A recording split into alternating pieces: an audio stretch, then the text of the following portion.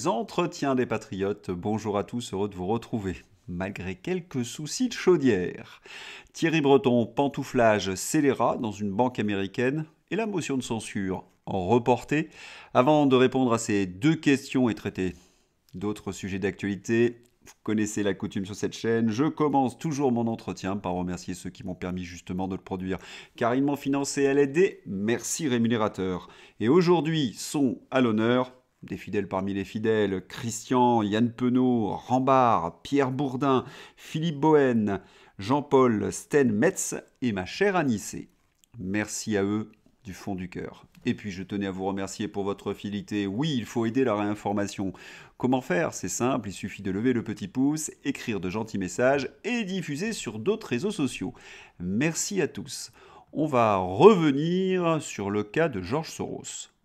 Il est né en 1930, il a donc 94 ans, et dans nos journaux, il nous est présenté comme un gentil philanthrope. Or, c'est un milliardaire qui a fait fortune dans la finance et qui subventionne depuis le début des années 2000 des centaines d'associations pour promouvoir sa société ouverte. Son lobby, vous le savez, s'appelle l'Open Society.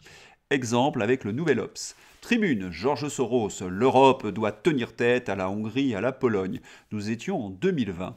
Souvenir, le milliardaire George Soros, en 2020, appelé à sanctionner la Pologne et la Hongrie, car en s'opposant à l'immigration, elle défiait la société ouverte, l'Open Society, valeur fondatrice de l'Union européenne. Il est alors promu par les médias comme un philanthrope. Soros est bien des choses, mais il n'est certainement pas un philanthrope. Il est le parfait exemple d'ingérence d'un milliardaire américain. Et ces journalistes ne veulent surtout pas rappeler que George Soros a fondé un lobby au sein de l'Union européenne, le CFR, George Soros au secours de l'Union européenne. Basé à Londres, le Conseil européen pour les relations internationales a vu le jour. À 77 ans, George Soros veut agiter Bruxelles en passant par Londres. Cet article a suscité quelques interrogations parmi vous. Hier, je revenais sur la fondation de l'ESFR, c'est-à-dire ce Conseil européen des relations extérieures, qui avait été mis en place par George Soros pour défendre ses intérêts en 2007. Soros avait donc 77 ans. D'autres m'ont écrit que George Soros s'appelle bien George et non pas Alexander. Je pensais que la nouvelle était suffisamment connue. George Soros laisse les rênes à son fils Alexander. Le milliardaire et philanthrope américain de 92 ans, c'était il y a 2 ans, confie la présidence de son réseau de fondations à Alexander. L'héritier entend continuer à financer les politiques de gauche. Notez le terme pudique de gauche, il faut bien entendre l'extrémisme LGBT et la submersion migratoire. À ce titre, l'Open Society finance toute une série d'associations communautaires, comme le CCIF, l'Action aux droits des musulmans, la LAB, l'Alliance citoyenne, l'ENAR, qui est par exemple accusée d'être liée aux frères musulmans. L'Open Society de George Soros finance également de nombreux médias comme Street Press, le média d'extrême gauche, Street Press, se définissant comme indépendant, reçoit des aides financières de la part de l'Open Society, la fondation de George Soros, depuis 2016. Et à ces médias, il faut également ajouter tous les relais de l'Open Society qui participent donc à l'influence de George Soros, comme Christine Ockrent et surtout Sylvie Kaufmann, la directrice éditoriale du Monde. Et bien sûr, tous ces journalistes ne le clament pas sur les toits. Oui, ils font cela en toute discrétion. Quand on voit certaines journalistes, cruches au dernier degré, ignorantes et vulgaires, animer des émissions avec de gros moyens, on s'interroge, on gratte un peu et on trouve. Léa Salamé, oui. Eh bien, son père est au conseil d'administration de l'Open Society, fondation de George Soros.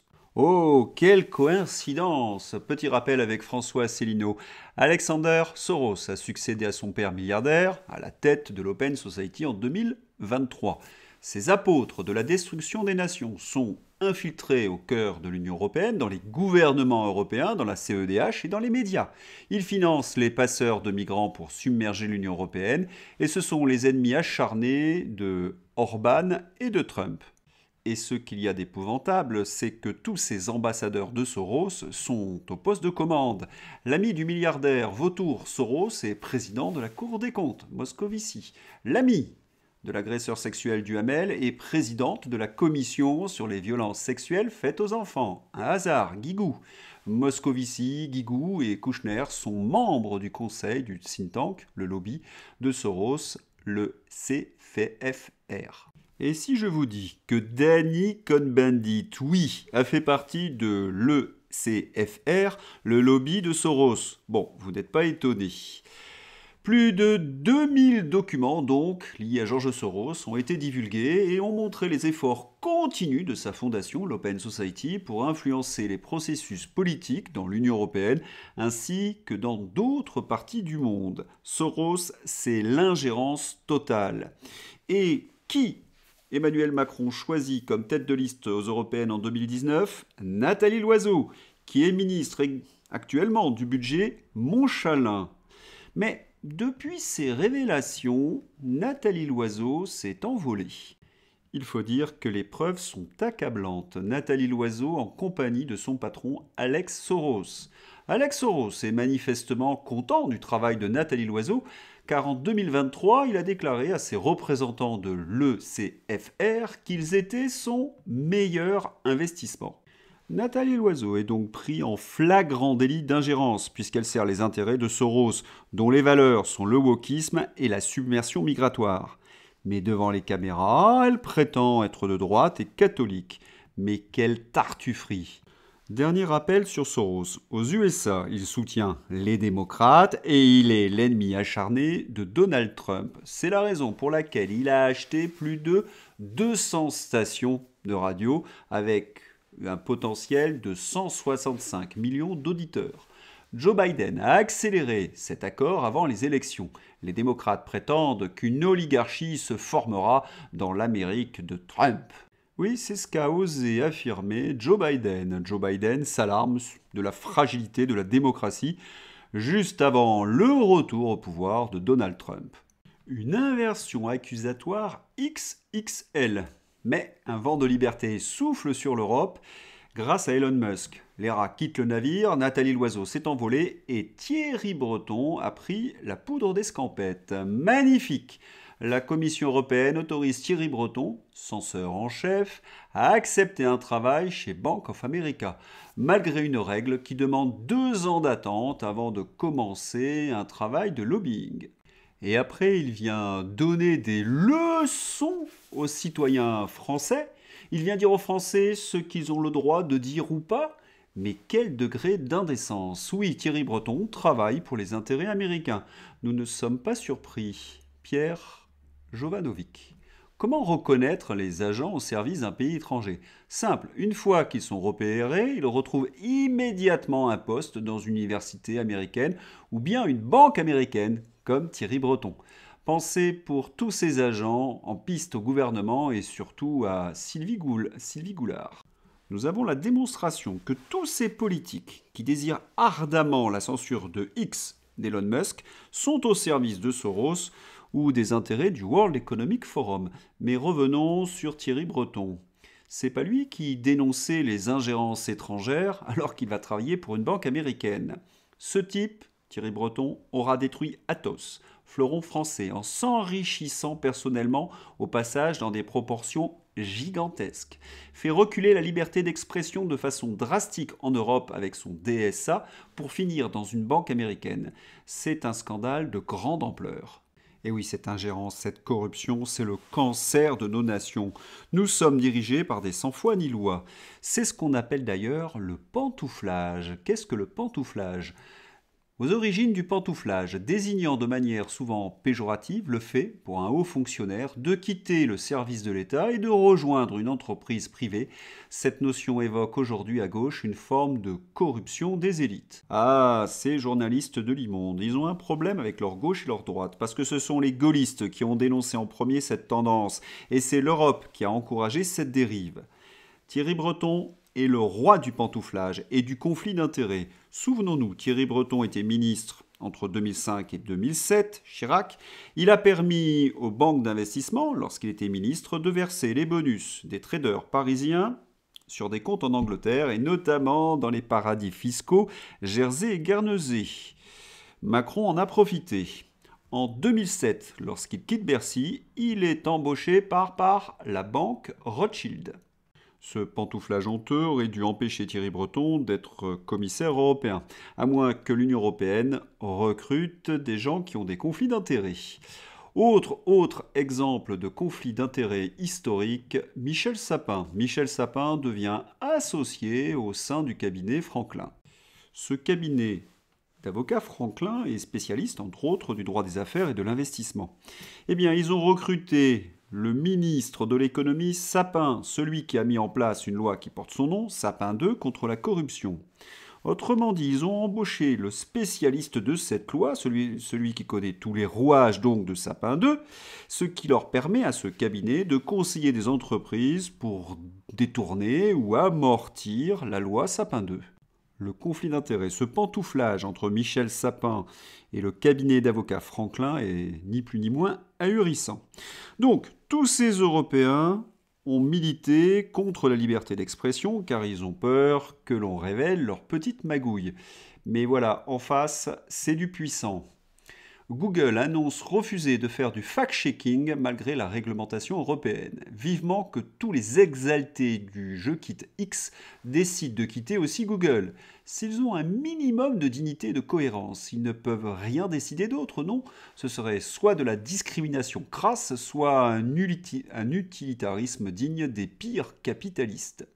On rappelle que tous ces politiques financés par George Soros, tous ces verts du World Economic Forum, tous ces gauchistes européistes hurlent contre Elon Musk. Ils ont même créé un mouvement Je quitte X.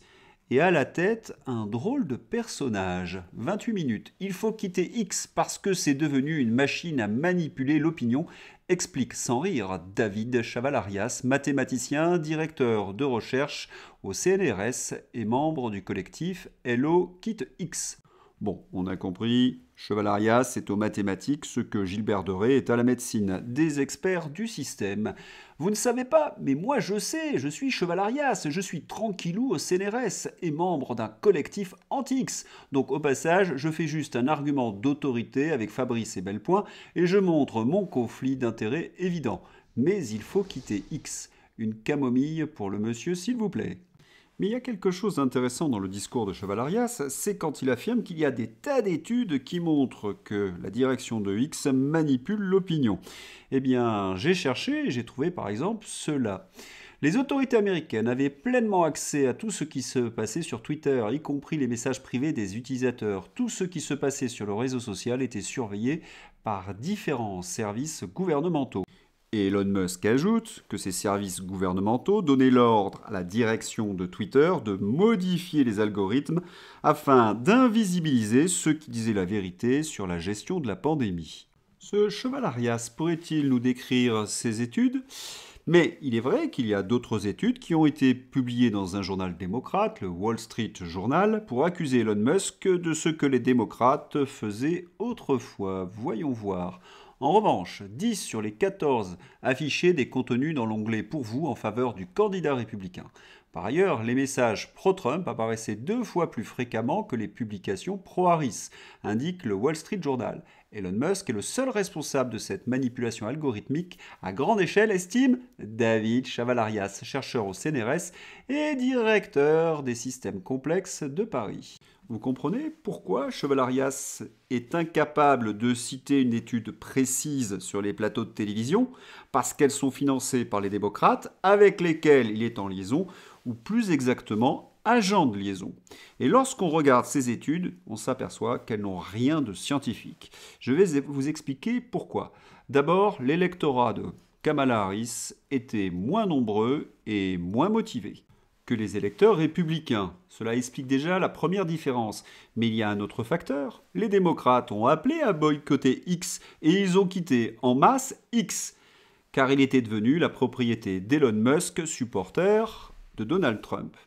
Autrement dit, les démocrates quittent X et après ils accusent qu'il y ait moins de tweets démocrates. Oui, vraiment, chapeau l'artiste. Cheval Arias, vous devriez fonder un club avec Gilbert Doré et Molly Bobard. Mais si on y réfléchit, il y a quelque chose de terrifiant là-dedans.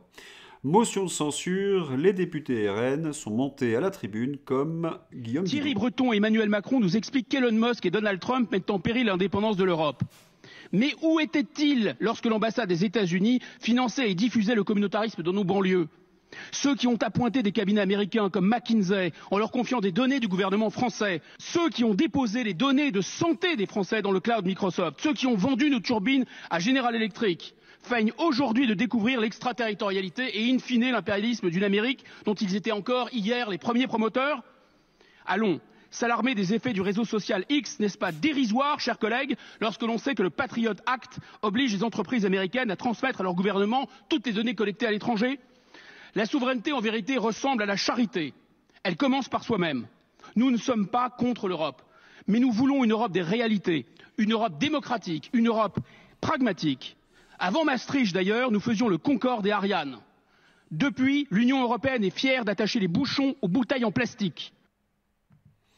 Et pourtant, à l'Assemblée, François Bayrou échappe à sa première motion de censure grâce au PS et au Rassemblement national. Des discours virulents de la part des députés du Rassemblement national, mais ils n'ont pas voté la motion de censure. Le Rassemblement national se justifie par la voix de Sébastien Chenu dans le fait que le Parti socialiste ne votant pas cette motion de censure, le vote des députés du Rassemblement national aurait été inutile pour faire tomber Bayrou. Ce n'est pas faux, mais on attend autre chose. Il y a urgence. Patrick Martin, MEDEF, veut remettre sur la table le sujet du financement de la protection sociale. Nos régimes sociaux sont à bout de souffle. Tout le monde le sait, mais personne n'ose le dire. Philippe Murer, ils ont ruiné le pays avec l'Union européenne, le libre-échange, l'énergie chère, la guerre en Ukraine. Plutôt que d'arrêter leur feuille de route stupide, ils veulent privatiser la sécurité sociale. Plus de retraite, plus d'assurance maladie. Et ce n'est pas tout. Le ministre de l'économie, Éric Lombard, la transformation écologique est la principale priorité. Et il explique que les entreprises françaises doivent accepter de voir leur rentabilité baisser au nom de cette transition écologique. Il faut bien comprendre ce que cela signifie. Moins de rentabilité égale mécaniquement baisse du pouvoir d'achat des salariés. Ils ont donc programmé votre appauvrissement. Vous avez donc le patron des patrons, Patrick Martin, qui veut la destruction de nos acquis sociaux, mais sans toucher au financement de l'immigration illégale. Et ce patron des patrons se tait sur la transition écologique qui ruine nos entreprises et tue le pouvoir d'achat. Ah oui, avec Éric Lombard, ce sont des européistes et ils appliquent les diktats de Bruxelles. Enfin, quand je dis Bruxelles, il faut que je sois plus précis. Le World Economic Forum Pustula était donc au WEF, encore une fois, comme tous les ans. Année 2025, encore chargée en élections à venir, il continue, tous ces européistes, à déployer les outils antidémocratiques, cordon sanitaire, bouclier démocratique, souhait de suppression de TikTok et de X, annulation des élections ou contestation des résultats. Il me semble, au vu de toutes ces nouvelles, qu'il y a de quoi voter sans motion de censure. Roumanie, application en quelque sorte de la doctrine européiste. Inadmissible, le régime oligarchique illégitime roumain instaure une censure totale. Les Roumains seront condamnés à une amende comprise entre 3 000 et 10 000 euros s'ils publient quoi que ce soit sur n'importe quelle plateforme de médias sociaux qui soutient directement ou indirectement un candidat présidentiel pendant les élections présidentielles de 2025. C'est cela la fameuse démocratie européenne. Vous n'avez plus le droit de vous exprimer. Scandaleuse interdiction de s'exprimer pour les Roumains lors de l'élection présidentielle. Toute personne qui donnera sa préférence pour un candidat sur les réseaux sociaux aura une énorme amende. Ils sont la dictature. International toujours, le bulletin 221 de Xavier. Le lien est dans la description. Comme je n'ai pas encore eu le temps de visionner Xavier, la vidéo est apparue pendant que je préparais ce travail, je vous en reparlerai dimanche. Dans la presse française, je ne veux plus de cette vie. En Ukraine, les habitants et soldats résignés penchent pour la négociation avec la Russie. C'est vraiment la fin pour l'armée ukrainienne parce que même la presse aux ordres, France Inter, est en train de dire ce que nous vous disions il y a déjà 6 mois. Et puis, les négociations auraient commencé. Petite réflexion de Laurent Ozon. On n'entend plus les identitaires qui faisaient la promo de la guerre occidentale contre les Russes arriérés. Il faudrait expédier ces petits malins en Ukraine quand le peuple commencera à régler ses comptes avec les responsables de cette horreur. Il faut quand même rappeler que les lendemains de guerre sont difficiles, pour ne pas dire plus, pour les perdants.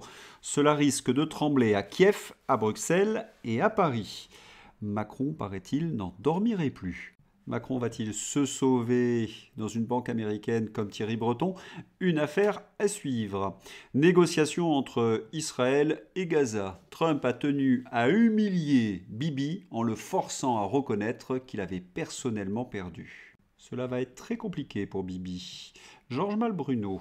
Gaza-Hamas. Confirmation de ce que nous répétons depuis des mois par Anthony Blinken, le secrétaire d'État américain. Le Hamas a recruté presque autant de nouveaux militants qu'il en a perdu face à l'armée israélienne en 15 mois de combat. Il y a quelques heures, on nous avait expliqué que l'accord était rompu entre Israël et Gaza. Et puis, Netanyahou, en tout cas le cabinet de Netanyahou, affirme qu'ils ont signé l'accord de libération des otages. Les choses vont donc dans le bon sens.